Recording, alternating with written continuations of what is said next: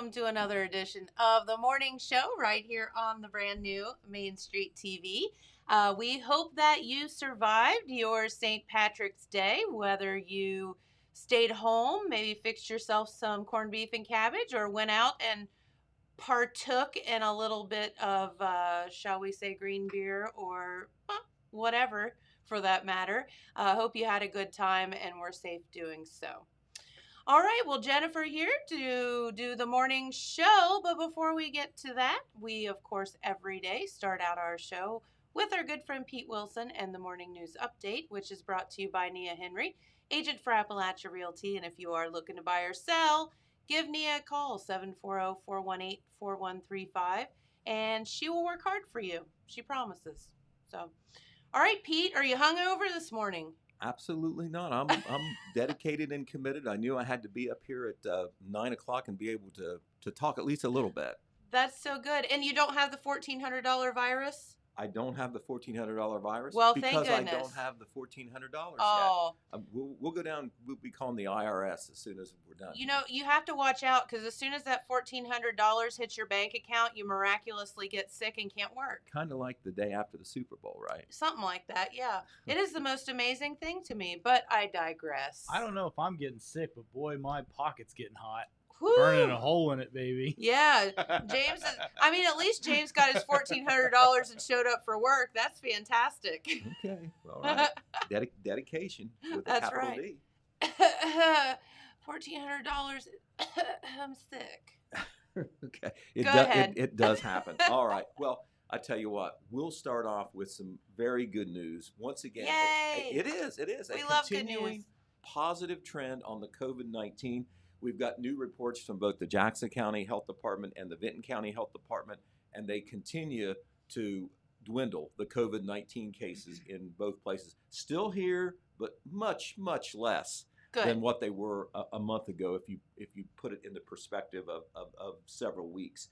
In Jackson County, their report came out yesterday afternoon, and there is the infographic up on the screen if you want to scan the numbers as I talk about it. But the bottom line, 14 new confirmed cases in the 1 week period covering March 8th through March 14th, which is basically last Monday through last Sunday. That is, of course, 2 cases per day if we want to put it on a per day basis. The numbers before that were like 4.7 and before that 3.4 as far as the 1 week. So, you know, we are way down. We'll take it. Right, the 2.0 cases per day is probably the lowest since sometime last August or something like that. It is, still here, but much, much less. And no new deaths. The number of active cases now are down to 11. Remember, we've had as many as just a little bit more than a month ago. We had 45 active cases on February the 11th. That was kind of the time where, it was already declining, but it, wasn't, I won't say it was a free fall, but definitely a decline each day, each week since then. And in Jackson County, we have no new deaths. The hospitalizations right now are at 4. So all that very good. In Vinton County, the virus has all but disappeared. Still there. There's the infographic put out by the Vinton County Health Department.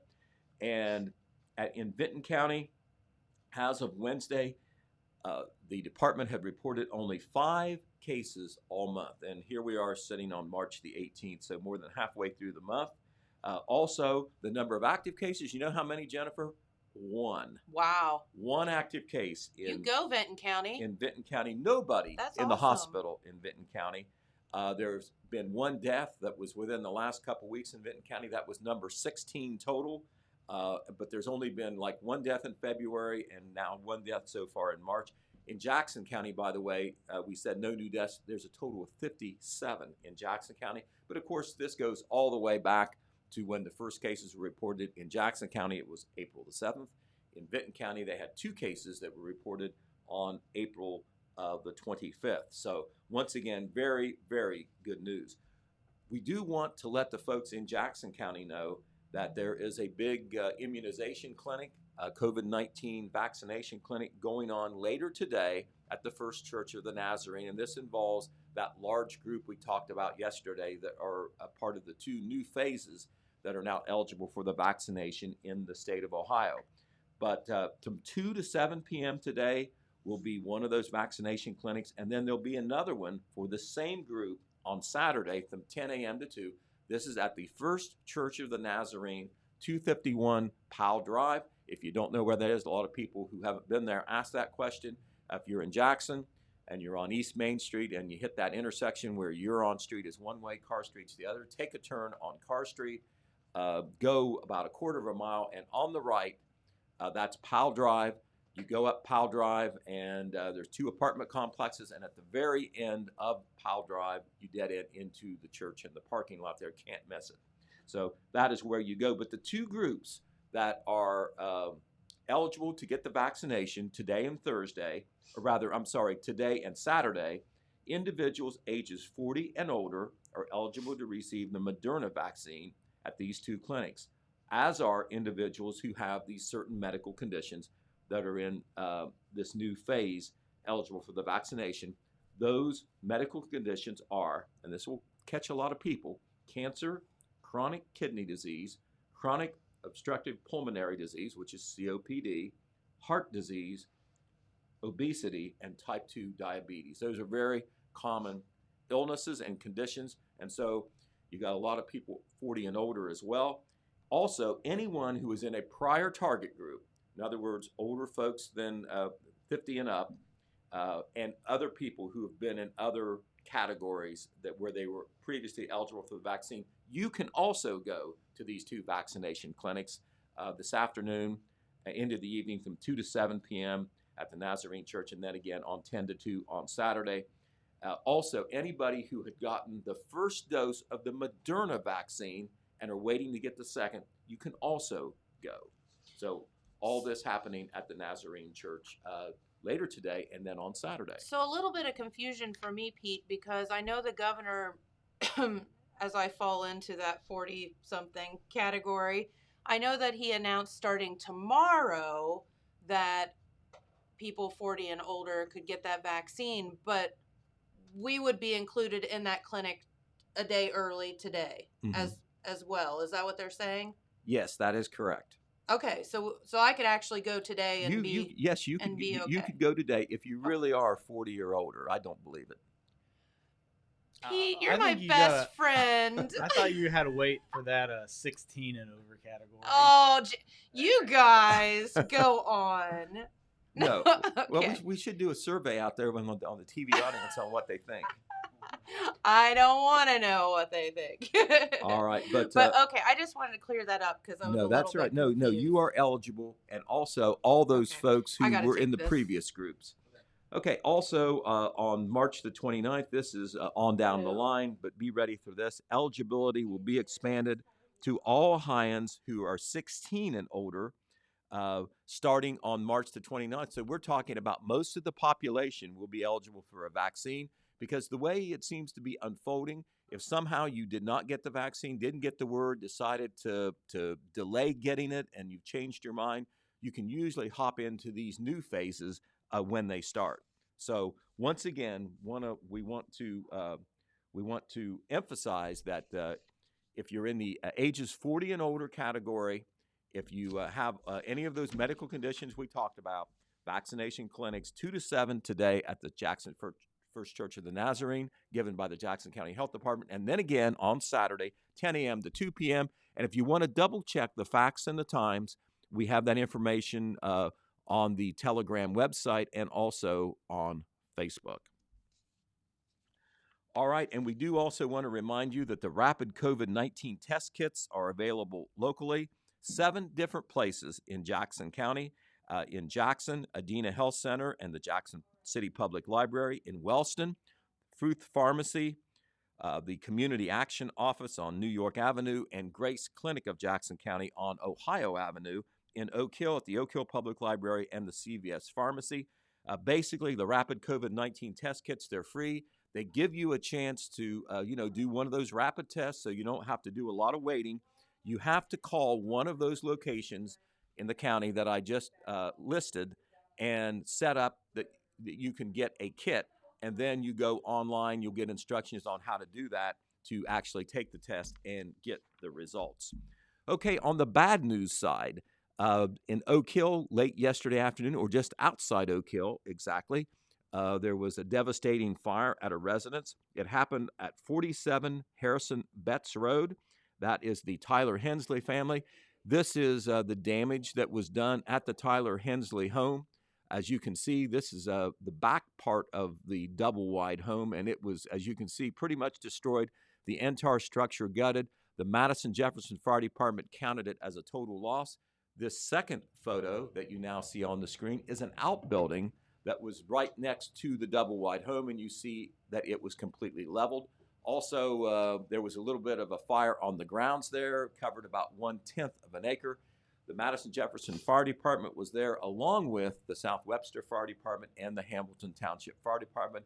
Unfortunately, the Tyler Hensley family there pretty much lost everything between the fire damage and the water and smoke damage that usually or always accompanies any fire.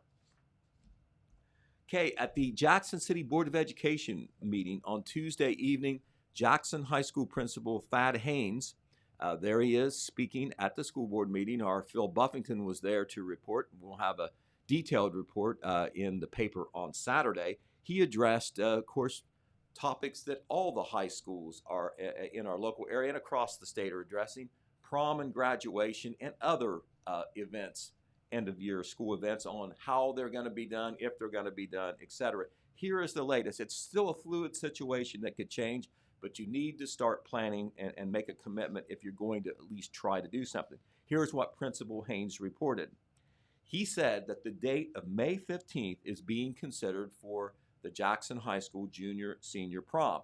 Now, usually it's held in late April on a Saturday night. They're backing it up a little bit with the hope that it will be a little bit later on the COVID-19 and also fair weather, because they are considering and planning for right now the possibility of an outdoor walkthrough event. Usually it's inside in the gymnasium. Of course, the issue would be fewer people are allowed to be, inside in a contained area. So they're talking about maybe doing it outside and later in the year on May the 15th. Principal Haynes also said that the stay-at-home committee, the stay-at-home is the after party held at Jackson High School, they are considering hosting a formal sit-down dinner at Park's Edge. That would be a little bit different than what's been done in the past. Of course, Park's Edge has a big open area for meetings and dinners. This would also allow for stay-at-home activities to possibly take place, some of them at Manpower Park, which is right by Park's Edge. Right. This, of course, would be outdoors. One of the big variables is you don't know what kind of weather you'll have, but, this is all in the mix as they try to make their plans. As for graduation, it is still set for Friday, May the 28th. That's the date that it's supposed to have been all along. He fully expects the event to be closer to normal. Remember, at Jackson High School, it has always been an outdoor event in cavernous Alumni Stadium, which helps. However, there's a lot of people that go to graduation. They usually pack those home stands over there. And under the current restrictions, even though they've been lessened a little bit, the number of people that could attend the event, whether it's inside or out, would be limited due to capacity, so they're working on that too. They've never had to do a ticketed event outside at Alumni Stadium because it's huge. There wasn't COVID-19, and there's right. a lot of folks. So, Principal Haynes is working on all the details right now, but that is the tentative plans right now for some of the events at Jackson High School. Last night I was at the Oak Hill Union Board of Local Education meeting, and Superintendent Dr. Marcy Shepard addressed the graduation plans there. In recent years, the graduation has been inside the Oak Hill High School gymnasium. Of course, the problem there is, once again, it's an indoor event and they pack it there too. They are considering possibly doing it outdoors to allow more people. However, obviously, a problem would be the weather. If you have it outside, normally you have a contingency to go inside if it's if there's rain. But even outside, it may have to be a restricted, ticketed event. So, details to work out. They have not made a decision at Oak Hill whether to go indoor or outdoor, but they are planning to have the graduations, live graduation ceremony this year. So we'll see what happens there. She said that once a decision is made, they will stick with it. They will not be making any changes. All right. Up Benton County Way at their Board of Education meeting, they honored two retirees, and they are folks who have worked in the district for a long time. The Benton County Local Board of Education Superintendent Rick Brooks, always good about putting veteran employees in the spotlight. Those two retirees are Jerry Kendrick and Joyce Bartow. That is Jerry Kendrick. Jerry she has been with the district for many years. She taught for more than 25 years. She has taught at the former MacArthur and Hamden Elementary School. She plans to retire from the South Elementary School on June the 1st. She has also been she is the current president of the Benton County Local Teachers Association. That is a very important event. The other retiree is Linda Bartow. There you see Linda. She has been with the district, Jennifer, 38 years. Holy Long moly. time for a public employee. She is the current secretary at Central School. You know those school secretaries are so important. First person you see when you come into the office, you get the impression, and obviously Linda is a smiler, very pleasant lady. She was also in past years an aide at Hamden Elementary. She will be retiring on July the 1st. All right, they have announced plans for the Little Miss Apple Festival contest. Oh, goody. Remember, they're going to have the Miss Apple Festival contest on April the 3rd. They backed off the Little Miss Apple Festival because, there are more contestants. It's a lot. It's indoors. They normally have that on Friday of Easter weekend. Yes. They have the regular Apple Festival Queens contest on Saturday. They don't have a date for the Little Miss Apple Festival contest, but it will be sometime this summer.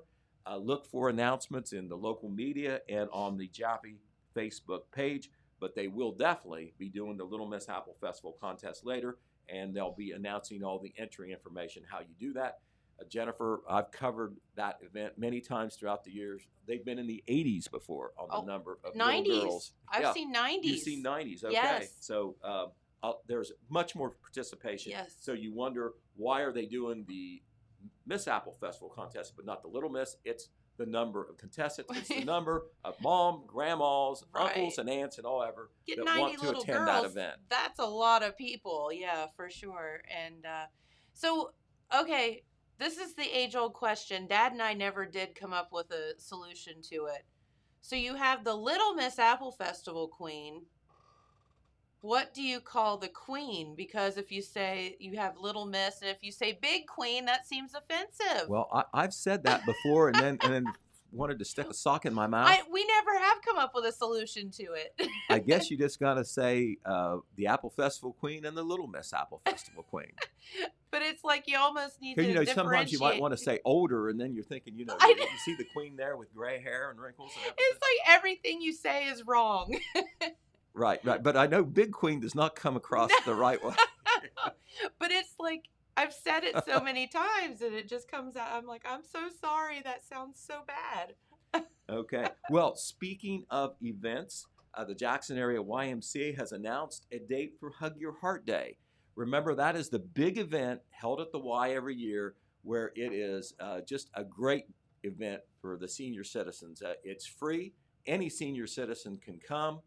You don't have to have a ticket or pay anything or reserve. You just show up. There's a free lunch. There's free entertainment. They have health screenings there.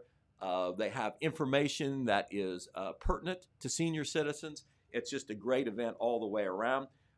They always have it around Valentine's Day during Heart Month, which is February. Of course, they didn't do it this year because there were restrictions in place at that time for such an indoor event that draws a crowd. Things are loosening up now, and how they have adjusted is they're going to have it April the 16th at the Parks Edge Event Center, a little bit of a bigger meeting area there, and they're cooperating with the YMCA on this and the committee that does Hug Your Heart Day. But it will be, once again, on Tuesday, April 16th from 11 a.m. to 2 p.m. at Parks Edge, which is at 601 East Main Street, almost across the street from where you turn in to go to the Y. More details will be announced later on Hug Your Heart Day, but once again, it has been moved to April the 16th. The MacArthur Village Council met last night, Jennifer, and no definite permanent decision has been made as far as finality, but it looks like the Wild Turkey Festival, which is held the first week of May, is on in MacArthur. The restrictions have loosened a little bit as far as outside crowds, and so they are planning to go forward right now. If things happen, if things go the wrong way, or they feel they can't pull it off, it's not a final decision, but they are planning to go forward. I know you've asked that question. Yeah. So we're on for the Wild Turkey Festival as of right now. They Very are good. concerned. They are concerned about the fact that they may not be able to have a full crowd, and what that means economically and business-wise to the festival. They need to generate a certain amount of money to pay for things and to be able to move ahead to the next year. So they are concerned about the smaller crowd, regardless of what the restrictions are. Well, and logistically, how do you reduce the number of people? Like physically, how do you do that? That is a good question. Somehow I don't see a cop there saying, right? Okay, we hit 30%. It's like you got Big Bubba the bouncer. You're gonna have to go to the next block. So, right. so it's kind of like an honor system type thing. It seems like to me, Jennifer, for the organizers. But obviously, something outdoors is a whole lot harder to regulate than something indoors. But anyway, we will certainly let you know what's going on there. If you're wondering how the Troop 57 spaghetti dinner went last Saturday, remember we had the scouts in there to talk about it, and you're probably thinking, well, they were good to try. They probably made a little bit of money. That's better than none. Well, guess what? They had a stupendous event, even though it was just a drive-up, carry-out event there at the Hope United Methodist Church. They ran out of dinners about halfway into it. They went out and got new supplies, and they continued on. They sold, according to the organizer that I talked to, twice the number of normal dinners. Can you believe that? Yes, love that. That is a great support for scouting and Troop 57, or it's a lot of people who wanted spaghetti. I'm not sure. I mean, who cares, right? But it worked out, and also they were able to sell auction items through the efforts of Randy Patterson. Yes. They had auction items from last year that they carried over, and even though they didn't have a live auction this year, don't know really how he did it. Maybe they talked about it on TV, but Randy Patterson got those items sold. He's the guy who does Armed and Ready, right? And they got those items sold, so they made money off that too. Troop 57, the person I talked to, they are so grateful to the community for the support. Speaking of fundraisers, last night they had the Friends of 4-H Beef Raffle on Facebook Live. This is the Jackson County Friends of 4-H Committee. Here are the winners. First place was Jerry Miller. He received 1/2 of a beef. Second place, Tammy Griffith, 1/4 of a beef. Third place, Jeff Alley, 1/8 of a beef. Fourth place, Morgan Washam, a steak pack. And fifth place, Butch Williams, a burger pack. This was a fun thing, $10 a ticket, but very important. Remember, the way it works now, because of no tax levy and limited money available from the commissioners and what the state is willing to give because of the local money, a lot of the money to support the 4-H program is raised by this Jackson County Friends of 4-H Committee, and this was one way that they did it. Also, we'll tell you more about this later. They have scheduled a dinner in the dust at the fairgrounds. That's another fundraiser. I believe the date for that is May the 1st. We'll tell you more about that later. Basketball Mania. Our contest is going on here through Total Media and the Telegram. Because most of the games that are on the main bracket, not the play-in games, there you see the bracket as it appeared there in our paper, and also we have entry forms that look like that. You now have until noon Friday to get your entries in, either dropped off here, hard copies, or online at www.thetelegram.news.com. Normally it's Thursday, and I think we even said that earlier in the week, but we can back it up to noon Friday because that's when the games actually start that are on the main bracket. I thought they started Thursday, so I guess I was mistaken. Because of the COVID-19 and giving them a little extra time, they went to the games on Friday, Saturday, Sunday, and Monday, the first round of games. So the Friday's winners will play on Sunday. There are 4 games today, but those are games to get into the bracket. They're not Oh, Right, so they're like kind they of will wild not card affect or Yeah, something. they will yeah. not affect our main bracket. I So gotcha. you're not going to gain anything by waiting to see who Yeah, wins those Okay. the games. teams that because win today are rewarded by getting to play the number 1 seed. They're going into the gauntlet Yeah. with the Well, that's not the lion. case for all of them, but that's the case for a couple of them. Hey, stranger things have happened. We've had number 1 seeds. There was knocked just out. a couple years ago a number 16 seed Yeah. beat a number 1 seed in the It's first happened. round.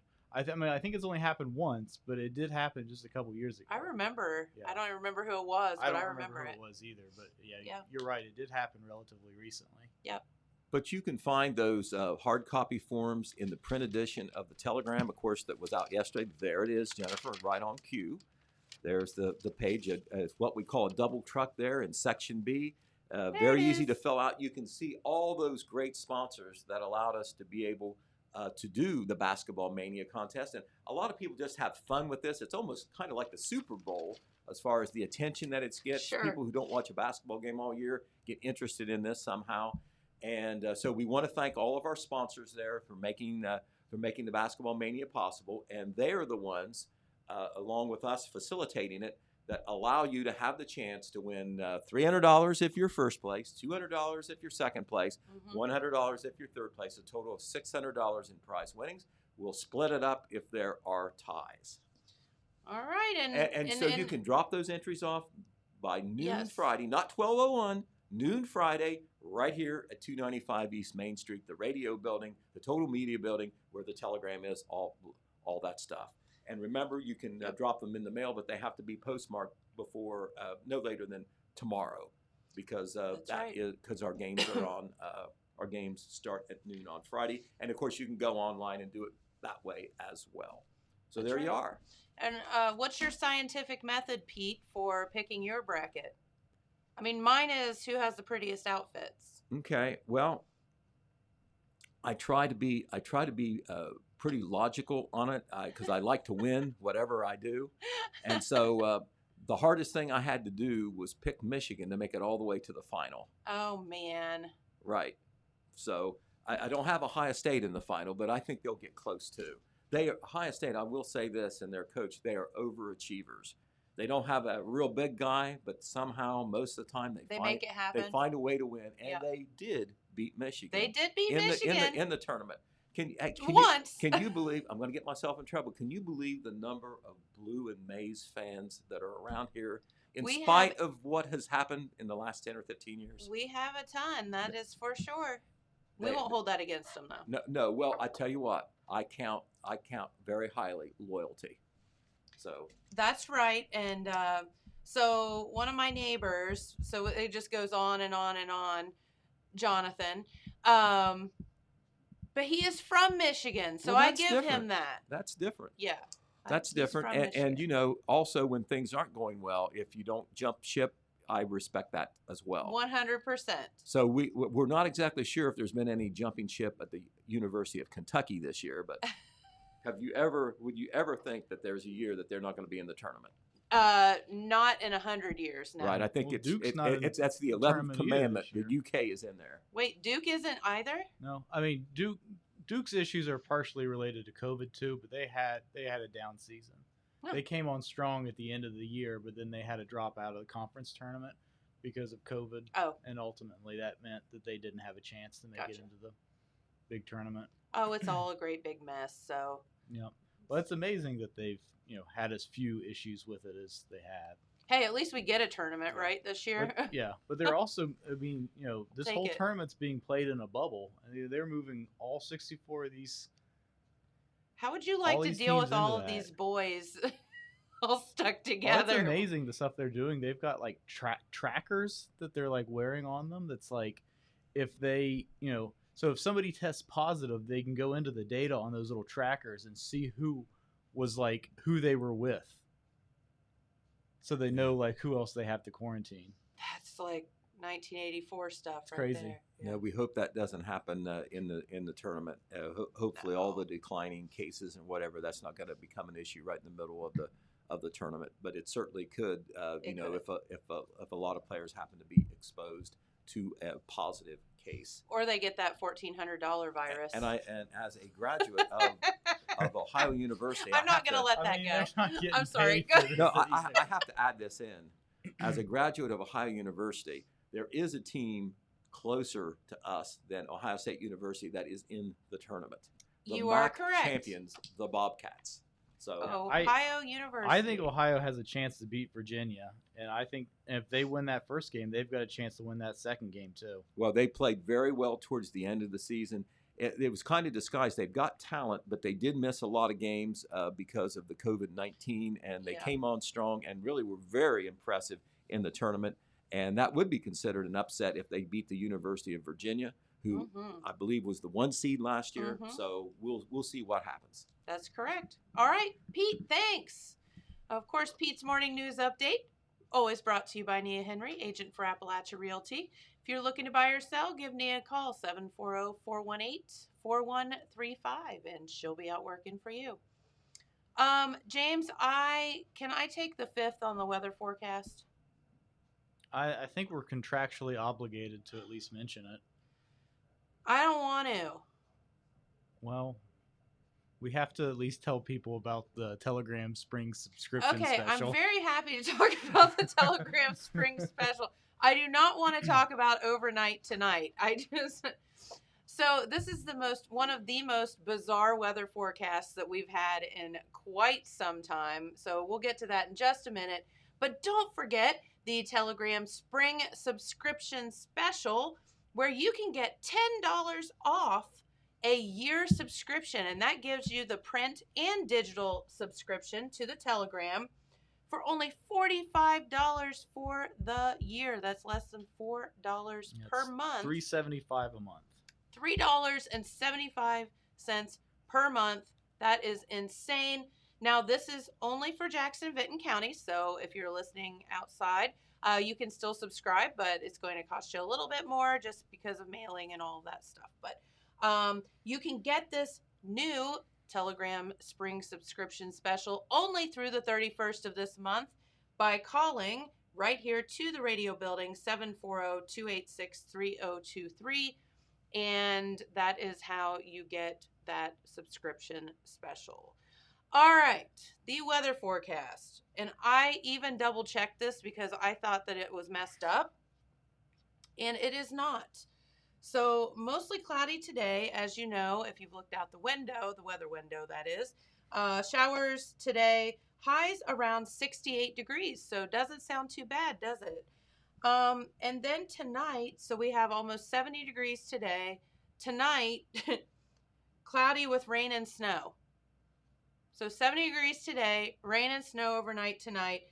Lows around 32. Wind chill values as low as 23 degrees overnight tonight. New precipitation amounts up to 1/4 of an inch. So nothing like 70 degrees during the day and then snow overnight. So whatever. I give up.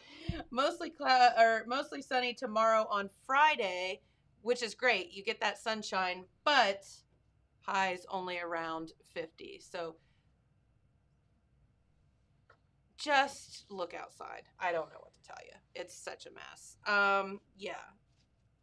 So, all right. Our good friend Phil is here today. Welcome. Thank you. Did you look out the weather window on your way up? I did.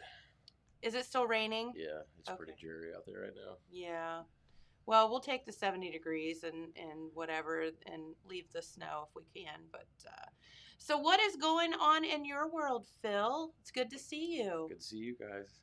I don't know if Pete touched on this or not, but there's a special court session this Saturday in juvenile court. Yeah. I don't think so. Well, at the school board meeting in Jackson Tuesday night, Phil Howard brought this to everyone's attention and said that the new juvenile probate judge, Justin Skaggs, is going to hold a special session of court Saturday to deal with the influx of truancy complaints that he's had for the school districts in the county. He said there have been, let's see how many, 127 since or 124 truancy complaints since October, and more than 90 of those were submitted after January. Whoa. And you have to remember that the new judge just took over last month. Right. So he's got quite a backlog. So in order to deal with all those complaints, he's going to have a group hearing on Saturday to kind of clear his dockets a little bit. And at the root of all this is, I mean, there's always truancy complaints, and every school district reserves the right to file a complaint against a student because it's against the law for them not to participate in his or her own education. So a lot of this is because of the online education that has been taking place because of the coronavirus. And Superintendent Howard asked the board Tuesday night whether or not, just to be thinking about it, whether or not they're going to even offer online education next school year. He especially said that his recommendation at this point would be to not have online education for elementary aged students and possibly still have it for the high school kids, because he said there's been more success at the high school level than at the lower grades. So there's a good chance there won't be any online education offerings next year, depending on where everything is with the virus. But yeah, the new judge definitely is showing what is important to him, and that's something he mentioned during his campaign, was how important it was for students to have their butts in the seats at school. Yep. So not only are the students to be held accountable for this, but their parents also. And Superintendent Howard mentioned a specific example of a couple of students that decided not to show up for their truancy hearing recently, and Judge Skaggs promptly sent out a sheriff's deputy to go round up the kids and their parents to bring them in. So Yeah, I mean, this isn't something to thumb your nose at. This No. is important stuff. And, it's such a fine line, because it's like, is it the parents not making the kids go to school, or is the kid lying and saying they're going to school and skipping? Or, we've all been there and done stupid stuff as kids. But, to be called truant, it has to be pretty egregious. And that means that these kids are just flat out not doing anything. Right. He said in a lot of cases, you can go. They had to jump right into this head first last year, about this time last year. Yes. And so a lot of it had to get worked out as they went. And one of the things I noticed a couple months after they implemented the online education option was they had to set up these parameters of, if you don't meet a certain grade point average, or if you're not logging in, X amount of hours throughout the day or week or grading period, what have you, then you were forced to come back to in-person instruction after the virus's numbers were more under control. So yeah, all this had to get set up kind of on the fly. So they're learning from past mistakes and experiences now. It's unfortunate because a lot of like Phil Howard said, there were some success stories with this, mostly at the high school level. And as far as the kids that are actually coming in for this this group hearing on Saturday, I think he said it would be more than 80 students. Not all of those are from Jackson. They're from Oak Hill, Wellston, and Jackson. And that he said that they run the gamut as far as ages go. So it's not just high school kids. It's not just younger kids. It's a combination of all of the students. So we'll see what that brings, and we'll see what that means for next school year too, as far as whether or not they're going to have such an offering. Well, and talking with some educators, just, in passing at the restaurant and chatting. It was just an informal chat the other day that I was having with some teachers. But, there's going to be summer school.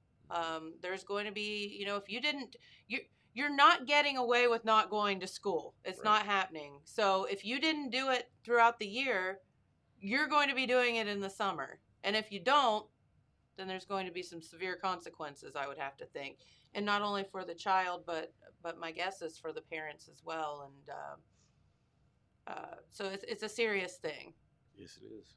And And it's something they really haven't probably had to deal with at this level. I mean, I'm not sure right. not 127 or No. 124 or whatever it was. Yeah, no, definitely not. And the high school kids, it is kind of sad in a way, because I know the high school kids can kind of help themselves, Mhm. but the little ones, they're obviously going to need. You're a full-time teacher if your child's going to online learning and they're in grade school, as a parent, you're going to be a teacher. I mean, that's just how it's going to be if you do it properly. So. And he said, where he said there was success with the high school kids and not so much with the younger kids. Well, with those middle school kids, he said, like it is about with anything, it's about half and half. Yep. Some lean more toward their younger cohorts and some toward the older. So it's about a half and half situation there. So they have quite a decision to make. They have plenty of time to make it, but we'll see how that all pans out for next school year. Well, welcome to the judgeship. Yeah. Justin Skaggs. Yep. Nothing like getting thrown right to it, right? Yeah. Well, at least he won't be bored. No, definitely not. All right. So did you fill out your bracket, Phil? I didn't. Not yet. You've got one right beside you. Right Yeah, I can do it. I can do it. I'm not gonna lie. I don't watch college basketball that much, so this would be a guess for me. Well, neither do I, but see, this is the deal. You just come up with your scientific method. Okay. My scientific method is who has the prettiest outfit. Courtney's is which mascot she likes better. So what is your scientific method? And we're going to see who comes out on top. I like the mascot idea. That's pretty cool. Well, you can't take that one. Courtney already took that one. I mean, you could go with geography. You could go with rank them by state. I don't know. Well, I will say this, like Pete mentioned that like he had Michigan in his Final Four. Mm-hmm. Yeah. And Ohio State has a really strong, team this year too. The Big Ten in general is very good this year. They have 8 or 9 teams in the tournament. So like that, I think that's the most of any conference. That's awesome. So there's a lot of those teams that are really strong. So I hope they have pretty outfits. Well, I mean, if your goal is to say you're looking for places where there's potential upsets. So like one of those play-in games that's today is Michigan State and UCLA. Yes. And those are 2 teams that are generally have a really strong showing in the tournament. Right. And whoever wins that game is going to play BYU. And I think either one of those teams could, potentially upset BYU in the first round. It very much so. Yeah. So. Yeah, I mean, I'll have to get to work on this then. Yeah, you have to announce your scientific method. I think Ohio can beat Virginia, and if they beat Virginia, they're going to play the winner of the Creighton UC Santa Barbara game, and I think they can win that game too. Then they would probably end up facing Gonzaga, which they're not going to. They're not going to beat. They're not going to beat Gonzaga probably, but I mean, Phil, you could go out. Your scientific method could be something like, which team has the longest name? What I've done in the past, if I filled one out for money, is I just basically solely went off of record and who I felt like. I did a little bit of research. I can get online and look it up. Yeah. But yeah, I mostly just went off record, and then I'd go off a gut feeling on who I thought would pull off an upset. Did I ever come out successful? No. No, absolutely not. And that's the whole fun of this tournament, because you always have several people lose in the first round that should never lose in the first round. Yeah. So it's just like, whatever. I think Illinois is really good. They probably have the 2 best players on their team. So I would say that I mean, they're a number 1 seed, so they're expected to do well. But I think that's hard to go wrong with picking them. Who in the heck is Grand Canyon? I don't know. There's a lot. What? There are several schools on there I've never heard of before. Okay. Is Kentucky not in this? No. Or Duke. We were just talking about that. Interesting. Yeah. Has that ever happened before? Well, I think it's the first Duke, Kentucky. Since the 70s? I mean, UCLA is in that playing game, so they may get in, but they may not. I mean, that's a lot of, teams that are traditionally a big part of this that are not in it this year. I think I did read that it was the first time those 2 hadn't been in the tournament since 76, I want to say. Something crazy like that. Grand Canyon University is in Phoenix. I never heard of them. Me either. So there you go. It is a private for-profit university. Well, they're now in the tournament. So good for them. I used to be way more into sports in general than what I am now. Especially when the little one was born. Life gets in the way, doesn't Yeah, it? free time is not a thing I have anymore. But you can definitely tell everybody about the Switch. Yeah, I know all about Nintendo Switch. I know all about various cartoons like the. Oh, well, they're gonna make an NCAA basketball game next year, so maybe you can play that on Switch. There you Yeah. go. You can kill two birds with one stone. He's slowly building up toward the more complicated games, so I think he could. It'll only be a matter of time until he can play those sports games and stuff like that. So, yeah, I can virtually enjoy basketball and football again. There you go. Looking at Ohio State, and they're a 2 seed, so if they win their first game, there's a good chance that they're going to face Florida in that's round, the second round. And Florida's a team that historically has Ohio State's number. Yes. So that could be an early roadblock for Ohio State too. Very interesting. Well, I will fill out my bracket. I just have to study who has the prettiest outfits. I think Rutgers is another team that could upset some people. I mean, they're a 10 seed. That's a historical basketball school, but they've not really had a lot of success in the NCAA era, like on the national stage. They had a good team last year that, of course, they didn't get to go through the tournament, and they have a good team again this year. So their first game's against Cleveland State, their first game is against Clemson, which that'll be a tough game, but I think they can win it. So I think they could upset some people. West Virginia, I mean, they're a 3 seed, but they could definitely beat higher seeds too. They have a really good team. They lost a lot of close games this year. There you go. Same thing with Iowa. I mean, if Iowa's the 2 seed in the West bracket, which is where Gonzaga is, and they have probably the best player in college basketball right now, so they could certainly beat Gonzaga if they end up meeting in the Elite Eight. Because they eat all that corn. Gives them strength, man. All the carbs. So who do you have in your Final Four then? Well, I haven't really. He could tell you, but he'd have to kill you. I haven't filled out a serious one yet.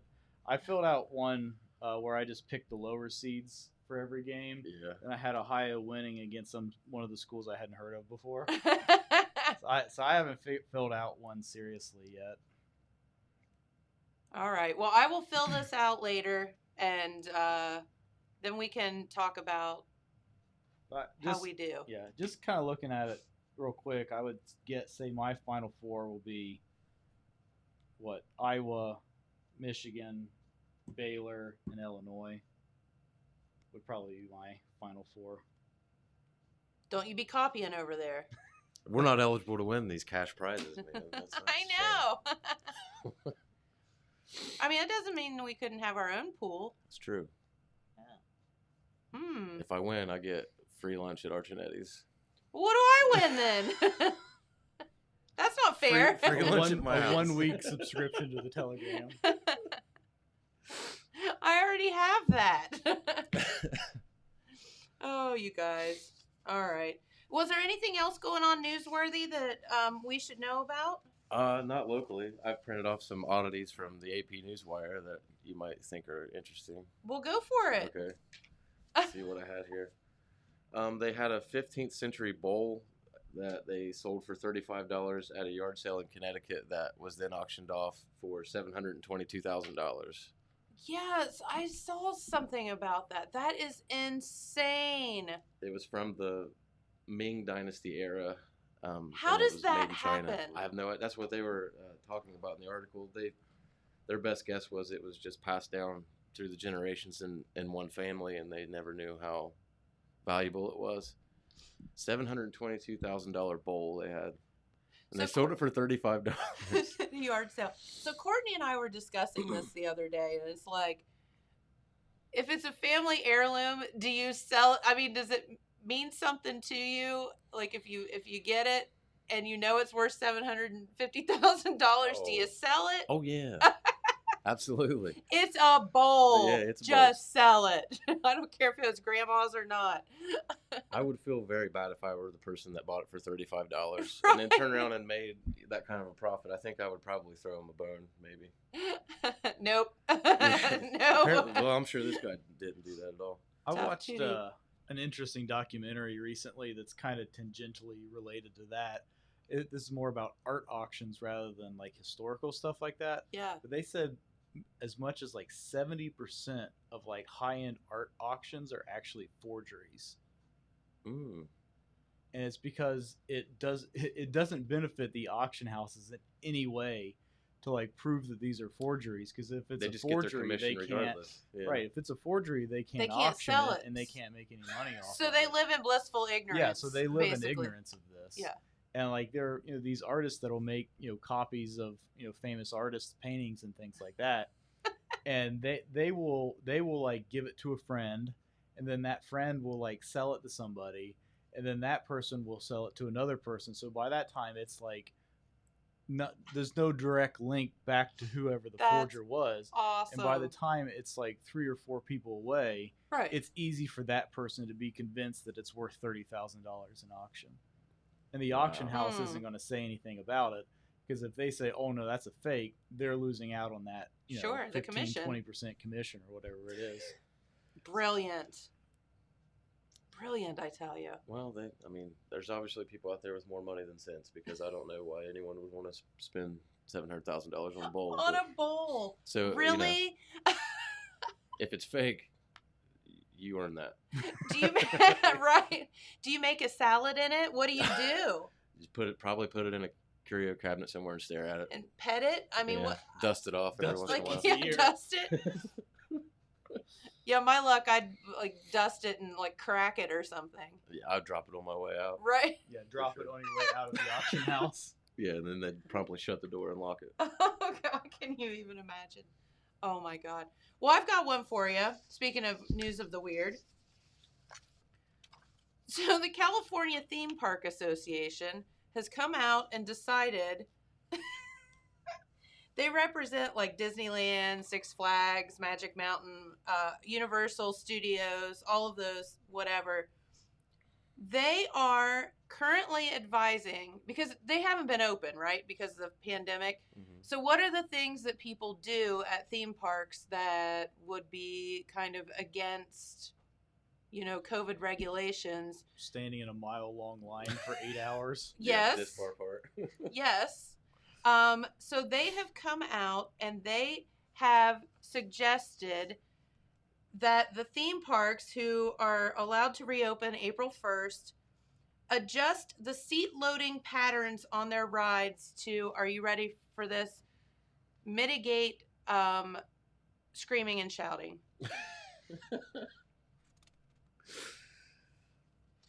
Now, I'm just going to tell you, has anyone ever gotten on a roller coaster and not screamed at some point or another? Like, how are you going to do that? I don't know. I just tighten up. That's the worst to do. Yeah. I don't like them. You don't? No. I love roller coasters. So the only time I couldn't help but scream was on the Millennium Force, and it was just, it's because it's not even just a straight down drop. It actually goes back in a little bit, and that forced it out of me. Yeah, I could see that. So yeah, they've come out and literally said they want people, the theme parks, to limit activities that are known to increase spread, singing, shouting, or heavy breathing, or activities that take place in louder environments that can cause guests to raise their voices. But everybody get on that roller coaster. You're good to go. You just have to wear a muzzle, I guess. So they are making people wear masks, they say.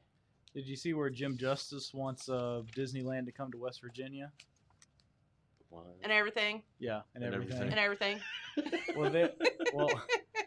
So basically West Virginia is like doing away with their income tax with the hope of attracting businesses to West Virginia, and thus attracting people to come to West Virginia to work at all these businesses. Sure. And his big goal is that he thinks they're going to open a giant amusement park in West Virginia.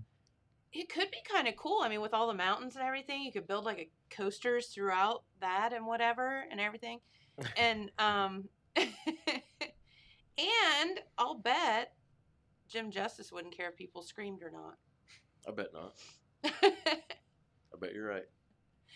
He wouldn't care if they all went to Bob Evans after the roller coaster. Well, I mean, I'm just saying, I don't know where they're going to find people to work because everybody's going to die from the $1,400 virus. I'm sick. I can't work today. I got my $1,400. West Virginia needs something. They don't have They do. a professional sports team. They Well, don't have. yeah, I mean, they almost lost their minor league baseball team, Yeah. the West Virginia Power. They were associated with, I think, the Yankees, maybe the Pirates. I'm not sure which, but they lost their major league affiliation, so they had to become an independent team. Uh-oh. And they found a league to join, but that's a team that they had like they just built a new stadium, and they're really popular and stuff like that. It's really about the closest thing to professional sports they had in West Virginia. And Yeah, I guess they don't lost have it. anything, do they? No. Yeah. Interesting. Yeah, I mean, I don't think it's that far-fetched to build a ginormous theme park in West Virginia because... Well, especially when you consider that the eastern part of West Virginia that borders Virginia is not that far from Washington, D.C. Right. and Baltimore. Right. And, I mean, you could also incorporate... I mean, what have people done more than anything that they've ever done before during this pandemic? And that is get outside and camp and hike, and people are loving that stuff. Look at Hocking Hills. I mean, you can't buy a property or find a property to stay at in Hocking Hills. Yeah, it's And it's just blowing up. So yeah, I don't see why you couldn't. Well, personally, I would like to see them invest more in tourism based on natural resources rather than Right, building that's a what I'm gaudy amusement saying, park. like- But I think that you could do a theme park based around that, though. have you seen? For sure. This is in like northern New York and like New Jersey. They're doing this a lot now. What they're doing with like junkyards, like landfills. You know, No. there's not much that you can do with that land, but they found that if you bring in one of those fake snow machines and cover all that with snow, they make pretty good ski resorts. Uh-huh. I mean, never mind you trip over the car hood on the way down. Maybe you could just use the old car hoods as sleds. Hey, there you go. Oh man, like Clark Griswold got Oh, the yeah, right. spraying it With with, the- Pam or whatever. With the silicone, Yeah. yeah. All right. Well, on Jim that note, Justice's amusement park, just a bunch of people spraying trash can lids. with car hoods. Yeah. Oh Very boy. fitting. There he is sitting at a little tiny desk watching And everything. and everything. Wow, we are just mean today. All right. Jim Justice is a character. He is fun. You gotta admit, he is definitely fun. He's unique. All right. Well, before we get out of here, did want to thank Carman the Carman, where the deals are great. Stop out and see them, and also our friends at the filling station, the store at Broadway and Penn and Wellston, Quick Stop, Hoser's Pizza, all that good stuff. Thank you to the whole Zaffel family. They're awesome. All right, Phil. Thanks for coming up. Thanks for having me. James, thanks for pushing all the right buttons and your commentary. Except for I am going to kick all your butts with the prettiest outfits. I believe you. Pretty I figure I'm going to do terrible at this, but I'll try. All right, well, we'll keep a running total of how we're doing throughout the tournament. So, all right, have a great day, everyone. We appreciate you so much for watching. 70 degrees today, snow overnight. I give up. We'll be here tomorrow. Bye. Hopefully.